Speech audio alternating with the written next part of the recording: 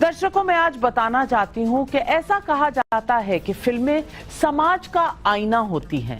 आज की फिल्में समाज का आईना हो या ना हो, लेकिन राजनीति की तरफ से एजेंडा जरूर बन जा रही हैं। अखिलेश कह रहे हैं कि इतिहास के आटे से वर्तमान की रोटी नहीं बन सकती।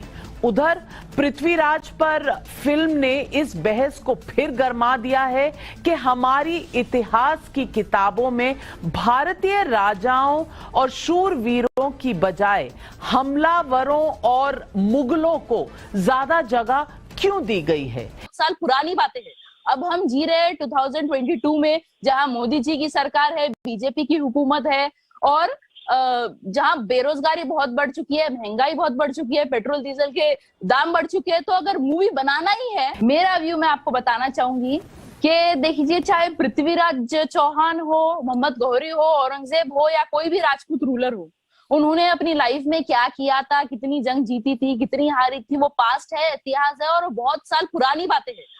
तो बेरोजगारी फाइल्स जैसी बेरोजगारी फाइल्स मूवी बनाना चाहिए और उसका प्रमोशन होना चाहिए। लेकिन बीजेपी ये मूवी को जो है टैक्स फ्री करके इसका प्रमोशन क्यों कर रही है? क्या ऐसी चीजों से नफरत फैल रही है? आप लोग नफरत काम फैल रही है, नफरत काम फैल रही है। अच्छा, औरंगजेब की मजार पर जाने से औरंगजेब की मजार पर जाने से मोहब्बत फैलती है?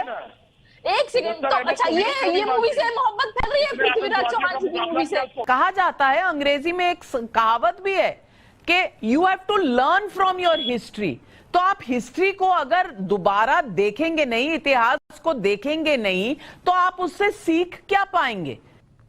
चलिए मान लेते हैं कि बीजेपी हुकूमत जो है सिर्फ इतिहास को प्रमोट कर रही है। नहीं, बिकॉज़ हिस्ट्री है। आप बीजेपी को छोड़िए ना, आप बीजेपी को छोड़िए, आप तो मुझे इस बात का जवाब दीजिए कि अकबरुद्दीन ओवैसी अगर औरंगजेब को याद करते हैं तो औरंगजेब ने दारा सिखों की गर्दन काट दी थी क्योंकि वो सेक्युलर थे। उनकी मजार पर क्यों नहीं जाया जाता? ये जवाब दीजिए ना। आपको हिंदू मुस्लिम में प्रॉब्लम है, मुसलमान में फर्क क्यों करते हैं? नविका जी, सबसे पहले तो मैं सैयदा फलक जी ने पृथ्वीराज चौहान जी का कंपैरिजन मोहम्मद गौरी, औरंगजेब और ऐसे लुटेरे आक्रांताओं के साथ किया, उनके साथ उनका नाम भी लिया। एक भारतीय सनातनी मुसलमान होने के नाते मैं उसका खंडन करती हूँ और निंदा करती हूँ। दूसरी बात मैं इनसे कहना चाहती हूँ कि अगर ये औरंगजेब को इतना बड़ा वली मानते हैं, इतना बड़ा शहंशाह और इतना बड़ा सही रास्ते पे, सच्चे रास्ते पे चलने वाला मानते हैं, तो ये दारा शिकोह को कुछ क्यों नहीं मानते हैं? मेरा सवाल ये है, और ये मैं रिआइट्रेट इसलिए कर रही हूँ क्योंकि ये हिंदू और मुस्लिम का मसला ही नहीं है, ये भारतीयता और अभारतीयता का मसला है, ये धर्म और अधर्म का मसला है।